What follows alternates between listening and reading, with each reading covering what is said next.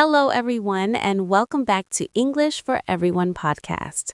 I'm Rachel. And I'm Joey. We are so happy to have you with us today. Today, we are going to explore the world of modern living. We want to talk about how we navigate our social lives, our careers, and our personal growth. That's right. And today we're diving into a topic that makes most people's stomachs churn: difficult conversations at work. Oh, Rachel, you're reading my mind. I have a coworker who always interrupts me in meetings. I've been biting my tongue for weeks because I don't want to make a scene, but I'm about to explode. Biting your tongue. That's a classic idiom for staying silent even when you want to speak. And making a scene means causing a public disturbance or embarrassment. But Joey, avoiding conflict is actually worse in the long run. Is it? I thought keeping the peace was a good thing. If I confront him, won't it ruin our working relationship? Not if you use the right framework. Most people attack the person, but you should attack the problem. We call this being hard on the issue, soft on the person. Hard on the issue, soft on the person. That sounds like a balance. So I don't tell him you are annoying, I tell him the interruptions make it hard for me to finish my points. Exactly. You use I statements instead of you statements. I statements. So instead of you always ignore my emails, I say, I feel frustrated when my emails aren't answered because it delays the project. Spot on. It's much less accusatory. Accusatory. That means suggesting that someone has done something wrong. I like that. It keeps the defenses down. But Rachel, what if I have to deliver bad news, like giving a bad performance review? That is the ultimate test. You have to be transparent and empathetic. Transparent. That means being open and honest about the reasons. And empathetic means showing you understand their feelings. Right. Don't sugarcoat it, Joey. If the work isn't good enough, say so, but also offer a path forward. Sugarcoating. That's another great idiom. It means to make something unpleasant sound better than it really is. I guess telling the truth is the kindest in the end. It really is. And remember to listen. A difficult conversation should be a dialogue, not a monologue. A monologue is when only one person is talking. So I should ask for their perspective too? Absolutely. Say, help me understand your side of this. It shows you are open-minded. Okay, Rachel, let's talk about the heat of the moment. What if my boss starts yelling or gets aggressive during a hard talk? Do I yell back? No, Joey. Never fight fire with fire.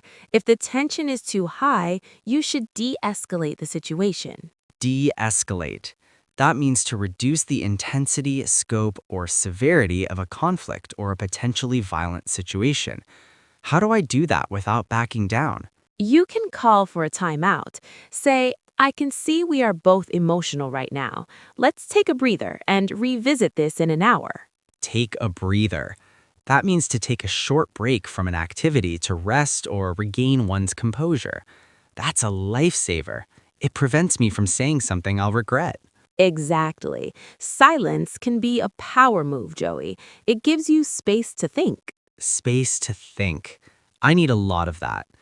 What about the setting? Should I have these hard talks in the break room over coffee? No, Joey. Always find a private space. You don't want to airlift your laundry in front of the whole office. Airlift your laundry? Oh, wait, you mean air your dirty laundry. That's an idiom for discussing private problems in public.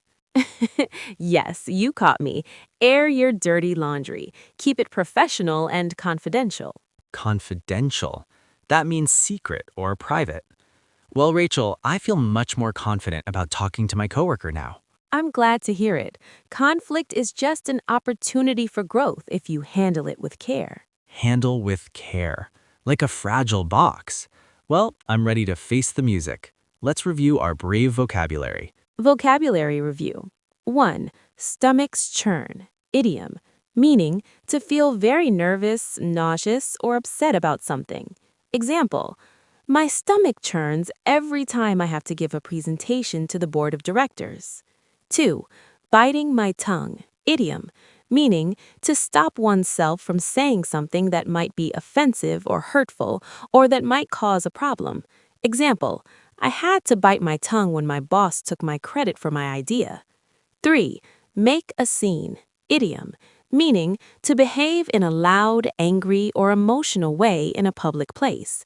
Example, please don't make a scene in the restaurant just because the steak is overcooked. 4. Accusatory, adjective, meaning expressing or implying a suggestion that someone has done something wrong or illegal. Example, he used an accusatory tone when asking where I was last night. 5. Sugarcoat, verb, meaning to make something difficult or unpleasant seem more pleasant or acceptable than it really is. Example, the doctor didn't sugarcoat the news. He told me exactly how long the recovery would take. 6. De-escalate, verb, meaning to reduce the intensity, scope, or severity of a conflict or potentially violent situation. Example, the police officer was trained to de-escalate the situation without using force. 7. Fight fire with fire, idiom, meaning to respond to an attack or aggression by using the same methods as the attacker. Example, when the competitor lowered their prices, we decided to fight fire with fire and lowered ours even more. 8. Take a breather, idiom, meaning to take a short break from an activity to rest or regain one's composure. Example, let's take a breather for 5 minutes before we start the second half of the meeting. 9. Air your dirty laundry, idiom, meaning to discuss private or embarrassing matters in public. Example, they are always arguing in the office. It's so unprofessional to air their dirty laundry like that. 10. Confidential, adjective, meaning secret or private. Example, all salary information in this company is strictly confidential. 11. Face the music, idiom, meaning to accept the unpleasant consequences of one's actions. Example, he knew he had made a mistake and was ready to face the music with his manager. 12. Back down, phrasal verb, meaning to withdraw from a commitment, opinion, or a fight, to admit defeat. Example, neither of them was willing to back down, so the argument lasted for hours. Use this bridge to explore the world. We are always here to help you. Don't forget to check our community tab. We have a poll waiting for you. Until next time, keep practicing and stay positive. Bye-bye.